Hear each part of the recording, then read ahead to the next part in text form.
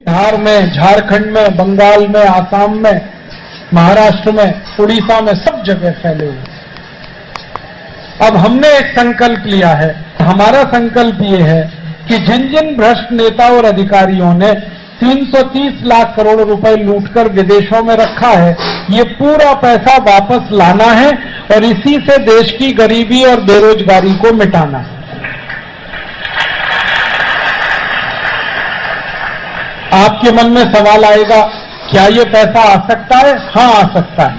हमने इसके बारे में बहुत अध्ययन किया तो पता चला कि ये पैसा 3 तरीके से वापस आ सकता है। एक तो ये है कि अगर भारत का सुप्रीम कोर्ट इस 330 लाख करोड़ रुपए को भारत की राष्ट्रीय संपत्ति घोषित कर दे तो ये सारा पैसा वापस आ सकता है।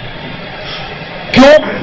जब पैसा राष्ट्र की संपत्ति होता है तो राष्ट्र में ही जमा हो सकता है, वो विदेशी बैंकों में जमा नहीं हो सकता। जब तक पैसा व्यक्तिगत संपत्ति होता है वो दुनिया में कहीं भी जमा होता है। जब वो राष्ट्रीय संपत्ति हो जाता है तो वो राष्ट्र में ही जमा हो सकता है।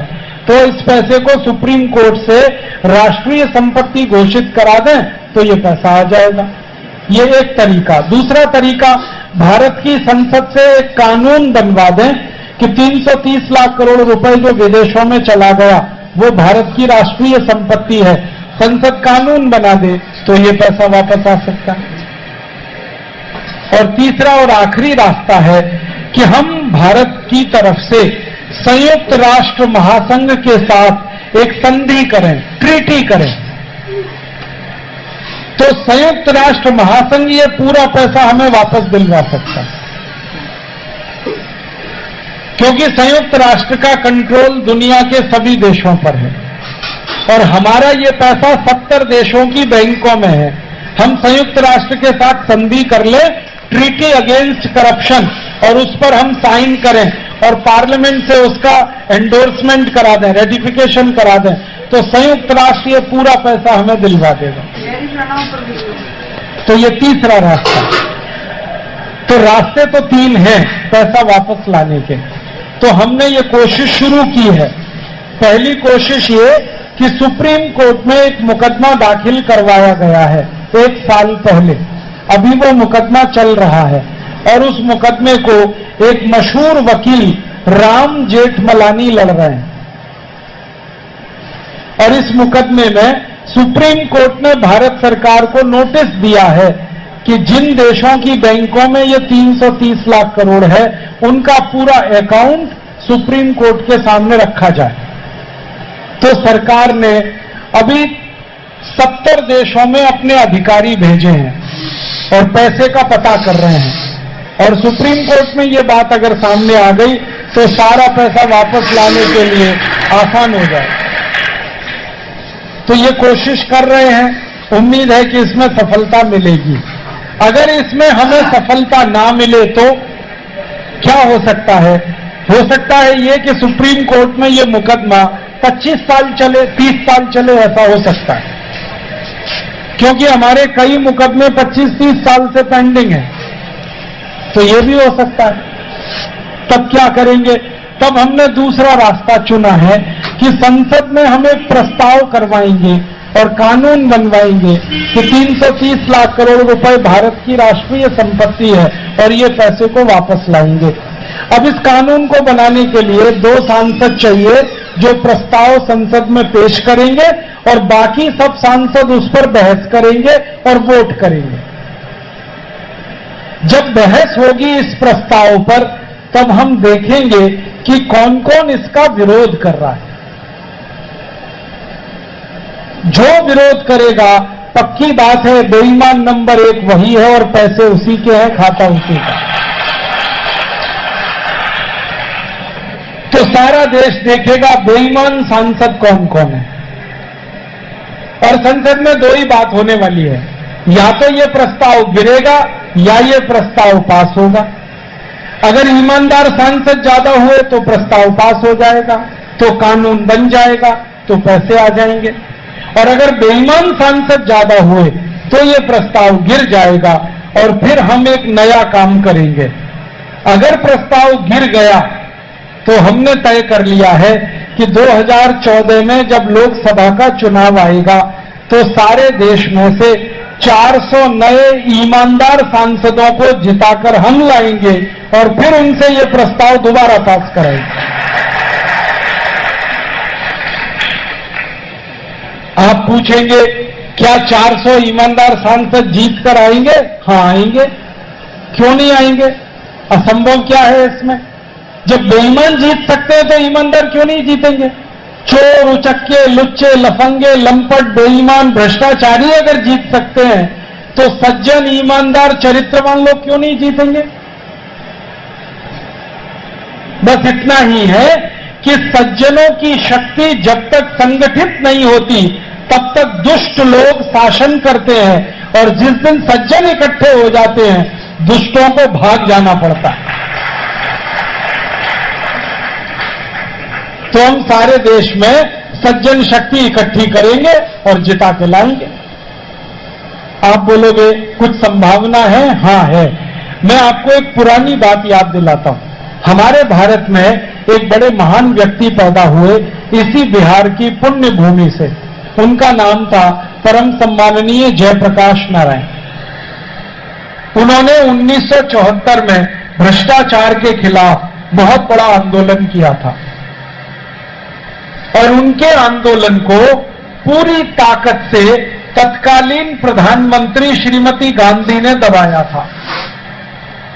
और आंदोलन दबाने के लिए उन्होंने इमरजेंसी लगाई थी, मीसा लगाई थी, DIR लगाया था और 1 लाख आंदोलनकारियों को जेल में बंद कर दिया था। माननीय जयप्रकाश जी को 1.5 साल तक जेल में बंद रखा था, लेकिन फिर भी वो आंदोलन टूटा नहीं, झुका नहीं, रुका नहीं। वो आंदोलन बढ़ता ही गया, बढ़ता ही गया, बढ़ता ही गया। एक दिन ऐसा आया कि 1977 में श्रीमती गांधी को इस्तीफा देना पड़ा और चुनाव हुआ। तब जयप्रकाश जी पूरे देश में घूमे और उन्होंने लोगों से अपील की कि श्रीमती गांधी के अत्याचार के खिलाफ, भ्रष्टाचार के खिलाफ मुझे कुछ सांसद चाहिए। भारत के लोगों से उन्होंने अपील की तो भारत के लोगों ने 377 सांसद उनको जिता कर दिए। जयप्रकाश जी के पास ना पैसा था ना पार्टी थी, फिर भी इतने सांसद जीत कर आए। अब जयप्रकाश जी को भारत के लोग 377 सांसद जिताकर दे सकते हैं तो परम पूजनीय स्वामी रामदेव जी को क्यों नहीं मिलेंगे?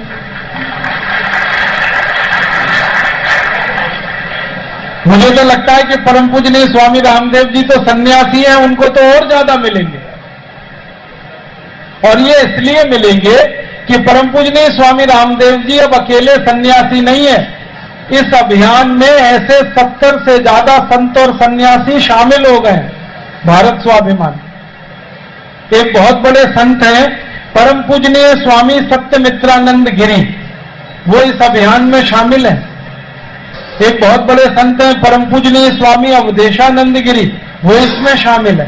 एक बहुत बड़े संत हैं, परम पूजनीय स्वामी गोविंद देव गिरी, वो इसमें शामिल है। एक बहुत बड़े संत हैं, परम पूजनीय स्वामी जयेंद्र सरस्वती, कामकोटी कांचीपुरम शंकराचार्य, उनका आशीर्वाद है इस आंदोलन। एक बहुत बड़े संत हैं मुरारी बापू, वो इसमें शामिल है। एक बहुत बड़े संत हैं सुधांशु जी महाराज, वो इसमें शामिल है। एक बहुत बड़े संत तुल्य व्यक्ति हैं डॉक्टर प्रणव पंड्या, गायत्री परिवार के अधिष्ठाता, वो इसमें शामिल है।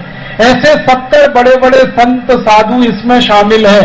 और एक दिन मैं सोच रहा था कि ये सब अगर निकल पड़ेंगे देश में तो 400 तो क्या 500 सांसद जीत के आ जाएंगे, कोई बड़ी बात नहीं। ये तो हो जाएगा, ये मुश्किल नहीं है। सांसद जीतेंगे, कानून बनेगा, 330 लाख करोड़ हम वापस लेके आएंगे। और ये 330 लाख करोड़ की जो रकम है, ये इतनी बड़ी रकम है कि इसको भारत के एक एक गांव को दे दिया जाए तो हर गांव को 100 करोड़ रुपए मिल जाएंगे।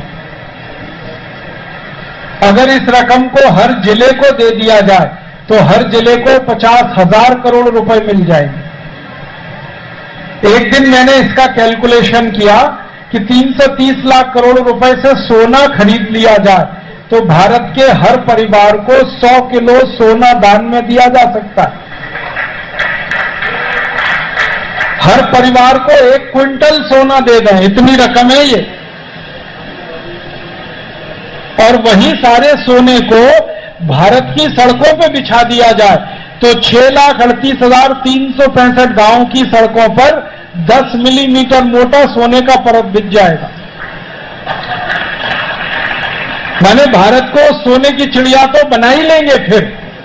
भूतकाल में सोने की चिड़िया, भविष्य में भी सोने की चिड़िया।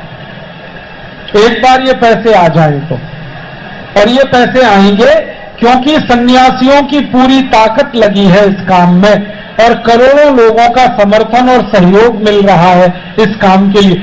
आपको ये खुशी होगी जानकर कि नेता और अधिकारियों को छोड़कर पूरे देश का समर्थन मिल रहा है हमको।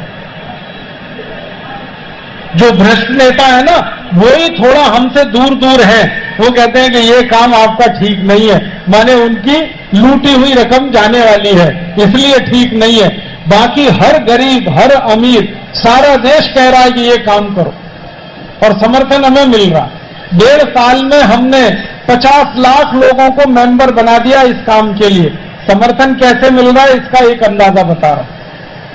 तो ये तो होगा काम, रकम तो आएगी। हमने फिर उसके लिए योजना बनाई है कि 330 लाख करोड़ का क्या करेंगे। तो इसके कई रास्ते हैं, जैसे एक कि इस रकम को लाएं और बैंक में जमा कर दें फिक्स डिपॉजिट में, आरबीआई में। तो इसका साल का ब्याज आएगा 33 लाख करोड़। मूलधन टच ना करें, छुए नहीं, मूलधन को जमा कर दें तो ब्याज ही 33 लाख करोड़ आएगा साल का। और ये इतना ब्याज है कि आज की सरकार की आमदनी से 3 गुना ज्यादा। और इसी ब्याज के पैसे से अगर विकास करें तो 2 साल में देश का पूरा विकास हो जाएगा, क्योंकि 2 साल में 66 लाख करोड़ मिल जाएंगे। और क्या क्या हो जाएगा उसमें? भारत के हर गांव में 100 उद्योग लग जाएंगे, हर गांव में 100 इंडस्ट्री, 100 उद्योग हर गांव में, 1 नहीं 2 नहीं, 100 उद्योग हर गांव में। इस रकम से हर गांव की सड़क पक्की हो जाएगी, हर गांव में पीने का पानी का व्यवस्था, हर गांव के खेत के पानी की व्यवस्था, हर गांव में हो आयुर्वेद का हॉस्पिटल, हर गांव में स्कूल, हर गांव में कॉलेज, हर गांव को 24 घंटे बिजली।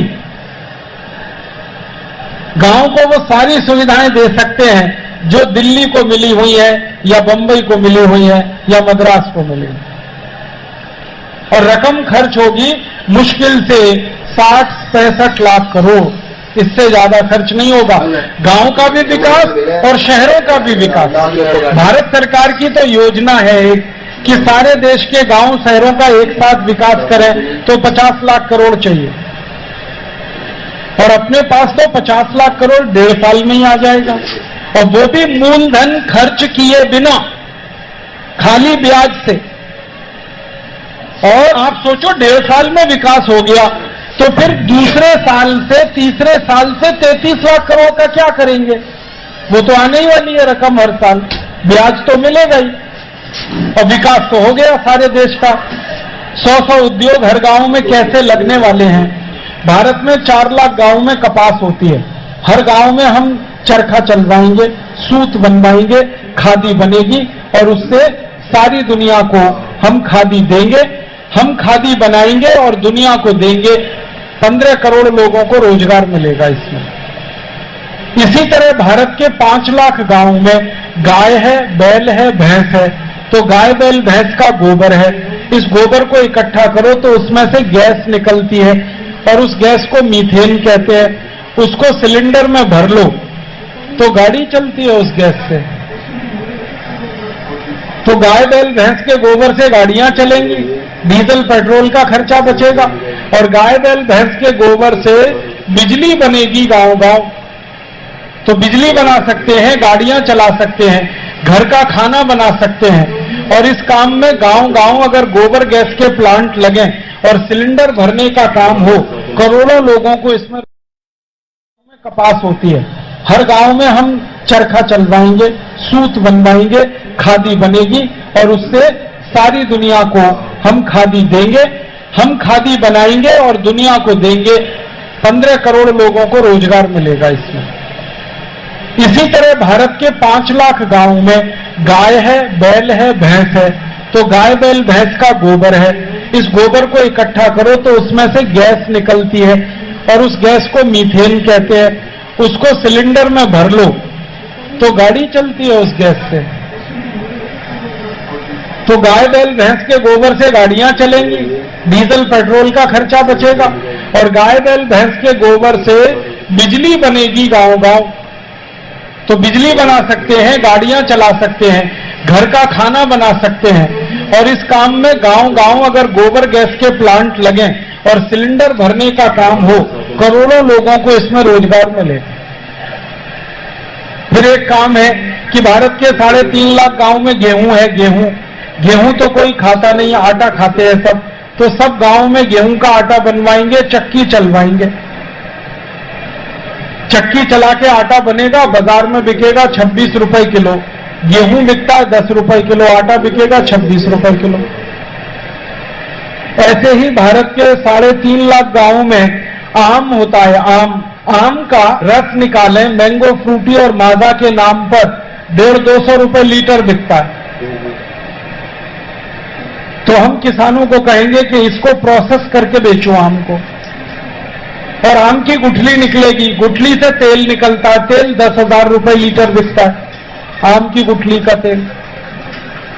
एक कहावत है ना, आम के आम गुठलियों के दाम, इसको हम चरितार्थ करने वाले हैं। आम का तो रस बिकेगा, गुठली का तेल बिकेगा। ऐसे ही भारत में करीब 1.5 लाख गांव में आलू होता है, 1.5-2 लाख गांव में टमाटर होता है। आलू का चिप्स गांव गांव बनेगा, चिप्स 480 रुपए किलो बिकता है। टमाटर की चटनी बनेगी, वो 200 रुपए किलो बिकती है। टमाटर भले 10 रुपए किलो बिके, टमाटर सॉस 200 रुपए किलो। आलू 10 रुपए किलो बिके, चिप्स 480 रुपए किलो है। तो ऐसे उद्योग गांव गांव लगाएंगे और इन उद्योगों में 64 करोड़ लोगों को काम मिलेगा। तो बेरोजगारी खत्म हो जाएगी और जिनकी बेकारी खत्म होगी उनकी गरीबी खत्म होगी। गरीबी बेकारी खत्म हुई तो देश में थोड़ा सुविधा बढ़ जाएगी। बाद में महंगाई खत्म करेंगे। महंगाई खत्म करने का तरीका क्या है? सारे देश के टैक्स खत्म करो, महंगाई अपने आप खत्म। तो आप बोलेंगे टैक्स से जो आमदनी होती है उसका क्या होगा? आमदनी तो हर साल 33 लाख करोड़ की ब्याज से ही आ रही है, टैक्स की जरूरत क्या? टैक्स की आमदनी 8.5 लाख करोड़ की है, ब्याज की आमदनी 33 लाख करोड़ की है। टैक्स लगाने क्यों? खत्म करो। और ये वैसे भी सारे टैक्स अंग्रेजों ने लगाए थे भारत से पैसा लूट कर ले जाने के लिए, अब क्या जरूरत है? तो टैक्स खत्म कर दो। और टैक्स खत्म होंगे तो महंगाई कितनी कम होगी, मैं 2-3 उदाहरण दूं आपको। पेट्रोल अभी मिलता है 60 रुपए लीटर, टैक्स खत्म होने के बाद मिलेगा 16 रुपए लीटर। डीजल अभी है 40 रुपए लीटर, टैक्स खत्म होने के बाद मिलेगा 7.5 रुपए लीटर। केरोसिन अभी मिलता है 20 रुपए लीटर, टैक्स खत्म होने के बाद मिलेगा 3.5 से 4 रुपए लीटर। रसोई गैस सिलेंडर आता है 370 का, टैक्स खत्म होने के बाद आएगा 55 से 60 रुपए का। नमक आता है 8 रुपए किलो, टैक्स खत्म होने के बाद आएगा 50 पैसे किलो। आप घर बनाते हैं ना, पूर्णिया में 10 लाख का बनता है, टैक्स खत्म होने के बाद वो घर बनेगा 3 लाख का। क्यों? सीमेंट सस्ता, लोहा सस्ता, ईंट सस्ती, घर सस्ता बनेगा, हर चीज सस्ती होगी। और एवरेज में बताऊं, हर चीज 70% सस्ती होगी। अगर कोई 100 रुपए की चीज आप ले रहे हो, वो 30 रुपए की हो जाएगी सीधे, टैक्स खत्म होते ही। किराया आप 100 रुपए दे रहे हो बस का, वो 30 रुपए रह जाएगा। रेल का किराया तो 22 रुपए रह जाएगा 100 रुपए वाला। मैंने देखा कि मेरे जैसे लोग जो अमेरिका यूरोप की यात्रा करते हैं, एक बार का किराया 80-90 हजार लगता है आने जाने का, टैक्स खत्म होते ही वो किराया 15 हजार रह जाएगा। और हमारी एक योजना है कि ये जो मिलावट करने वाले हैं ना, नकली तेल बेचते हैं, नकली घी बेचते हैं, नकली दवाएं बनाते हैं, नकली दूध बनाते हैं, नकली मावा, इन सबको फांसी देंगे। 3-3 महीने में सबको लटकाएंगे फांसी। लोगों की जिंदगी से जो खिलवाड़ कर रहे हैं, इनको छोड़ेंगे नहीं हम। जब तक कठोर दंड की व्यवस्था राज्य नहीं करता, तब तक भ्रष्टाचारी रुकते नहीं, बलात्कारी रुकते नहीं, मिलावटखोर रुकते नहीं। हम करेंगे इस काम, और तब भारत थोड़ा ठीक होगा। और अंत में तो 2-3 काम और करने हैं कि अंदर से ठीक करना है देश को, बाहर से भी ठीक करना। बाहर से क्या ठीक करना है? हमारे देश की इस समय 1 लाख वर्ग मील जमीन विदेशियों के पास है, 72,000 वर्ग मील जमीन चीन के पास है, 28,000 वर्ग मील पाकिस्तान के पास है। ये दोनों हमें वापस लेनी है। हमारा कैलाश मानसरोवर वापस लेना है, पाक अधिकृत कश्मीर हमें वापस लेना है।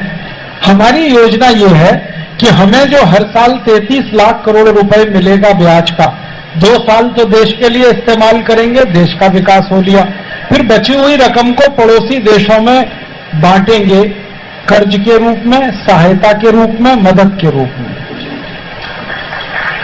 हमारे पड़ोसी देशों को मदद करेंगे, Nepal, Bangladesh, Burma, Myanmar, Bhutan, Indonesia, Africa, Nigeria, Somalia, इन सब देशों को मदद करेंगे, पाकिस्तान को नहीं करेंगे, चीन को भी नहीं करेंगे, बाकी सबको करेंगे। तो हम 70 देशों को मदद करेंगे, वो हमारे, तब ये 70 देश हमारे दोस्त हो जाएंगे। इन 70 देशों की मदद से संयुक्त राष्ट्र महासंघ में भारत के समर्थन में एक प्रस्ताव पास कराएंगे कि भारत की जितनी जमीन चीन के कब्जे में है और पाकिस्तान के कब्जे में है, वो सारी जमीन भारत को वापस दे दी जाए। वापस लेकर भारत के हजारों सैनिकों के बलिदान को, जो इस जमीन की रक्षा करने के लिए हुआ है, उस बलिदान को व्यर्थ नहीं जाने देंगे। 1 लाख वर्ग मील जमीन विदेशियों से अपने देश की वापस लाएंगे।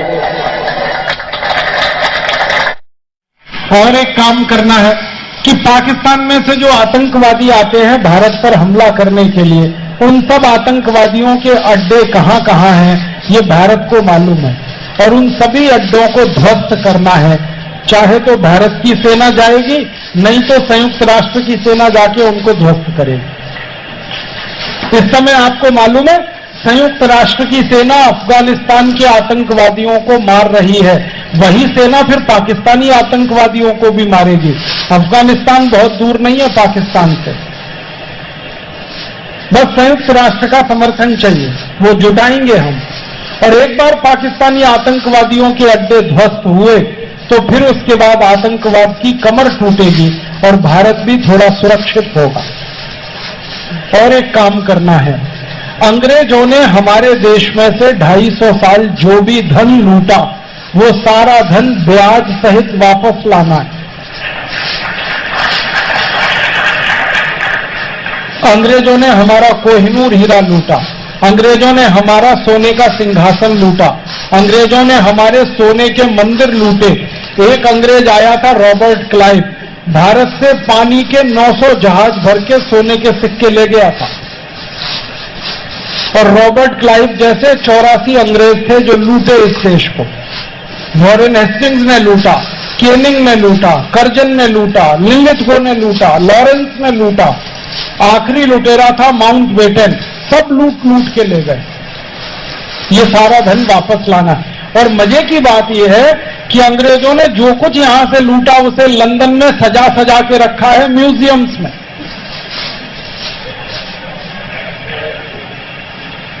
मैं जाता हूं लंदन कई बार तो सिर्फ लिस्ट बनाता रहता हूं कि यहां क्या रखा है लूट का, वहां क्या रखा है लूट का, यहां क्या रखा है।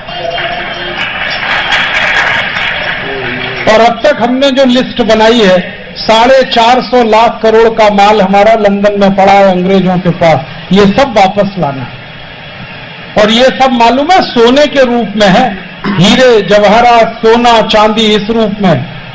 तो ये 450 लाख करोड़ सोने के रूप में ही लाना है, और ये लाके भारत में जमा जिस दिन हम कर लेंगे उसी दिन भारत में सोने का भंडार बढ़ जाएगा। और जब सोने का भंडार बढ़ता है तो रुपए की ताकत बढ़ेगी। आज हमारा $1 में 45 रुपए है, फिर $1 में ₹1 हो जाएगा, और रुपया डॉलर जब बराबर होगा तो भारत की जो निर्यात की आमदनी इस समय 8 लाख करोड़ रुपए की है, वो आमदनी एक ही साल में उछलकर 400 लाख करोड़ की पहुंच जाएगी।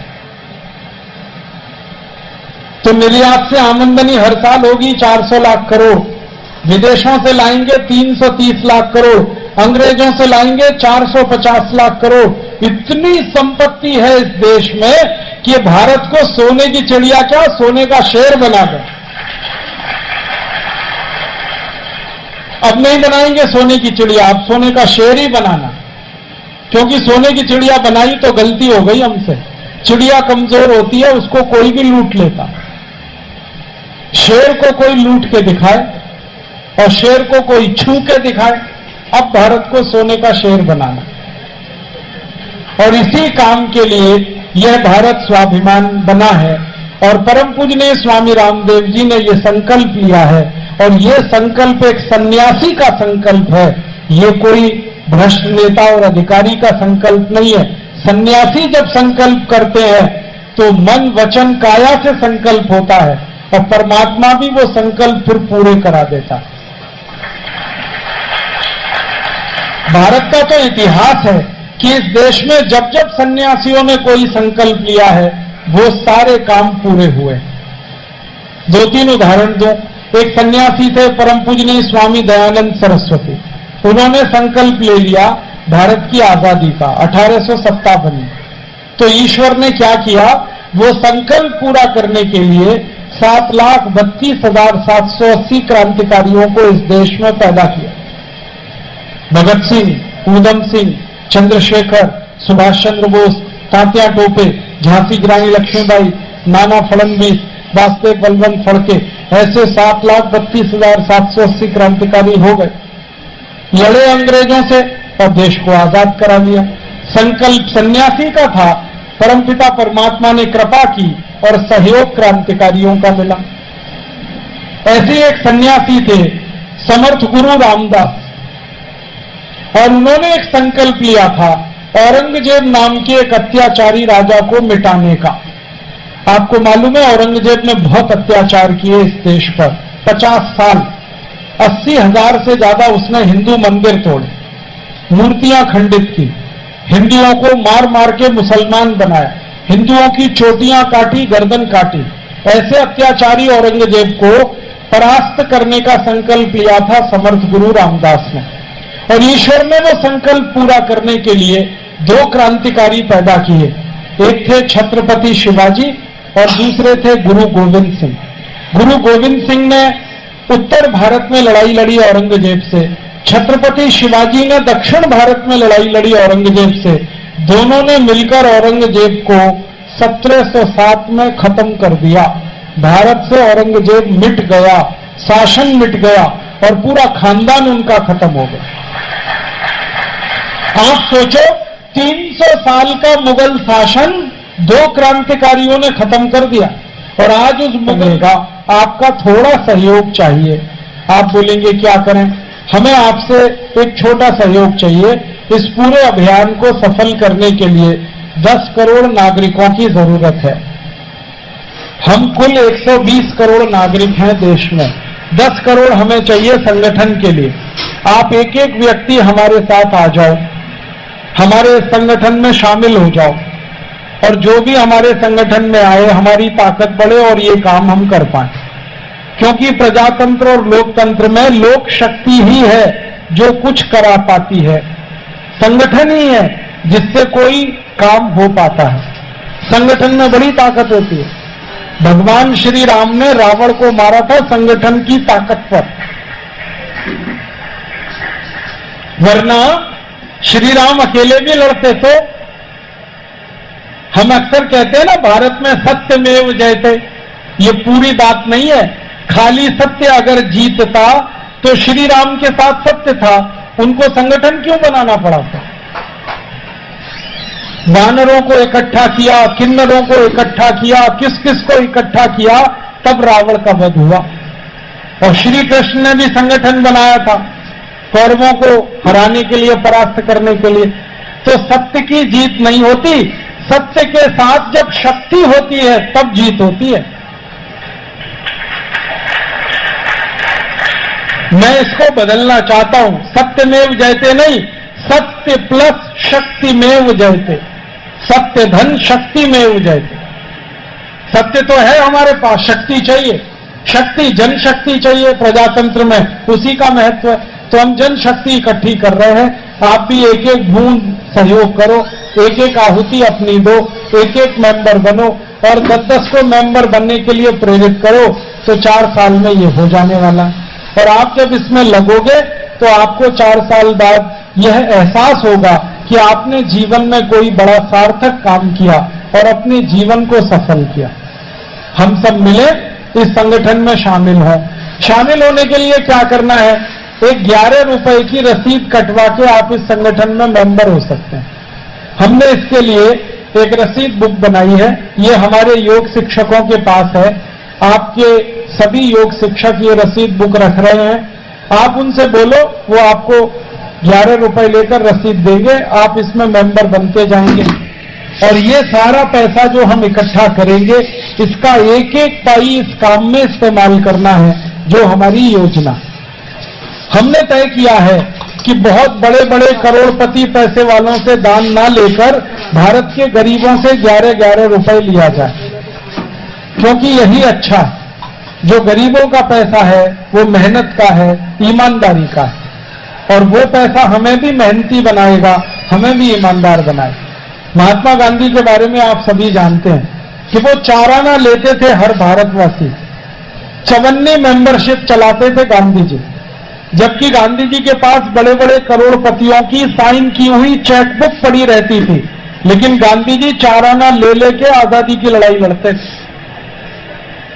गांधी जी का कहना था कि ये जो 4 आना दे रहा है ये ईमानदारी का है और मुझे ताकत इसी से मिलेगी। तो गांधी जी के जमाने का जो 4 आना था वो आज 11 रुपए के बराबर है। तो हमने 11-11 रुपए लेना शुरू किया है। आप 11 रुपए दें, मेंबर बने, 10-10 लोगों को और कहें वो भी बने, वो 10-10 को कहें तो और बने। 4 साल में 10 करोड़ हो जाएंगे और हम ये काम कर पाएंगे। परम पूजनीय स्वामी जी इसी के लिए सारे देश में निकले हुए हैं। वो हर दिन 15 से 20 हजार लोगों को मेंबर बना रहे हैं। हम सब भारत में 2.5 लाख योग शिक्षक गांव-गांव घूम रहे हैं। हम सब भी मेंबर बनाने में लगे हुए हैं। हमारी ताकत आप सब लोगों के सहयोग से बढ़ेगी, ऐसा मेरा विश्वास है। तो आप सब मेंबर बने, दूसरों को बनने के लिए प्रेरित करें, और जो बातें मैंने कही आयुर्वेद की, योग प्राणायाम की, उनका जीवन में उपयोग करें और खुद को स्वस्थ बनाएं और दूसरों को भी बताएं तो वो भी स्वस्थ बने। यही भावना के साथ आपका धन्यवाद, बहुत आभार।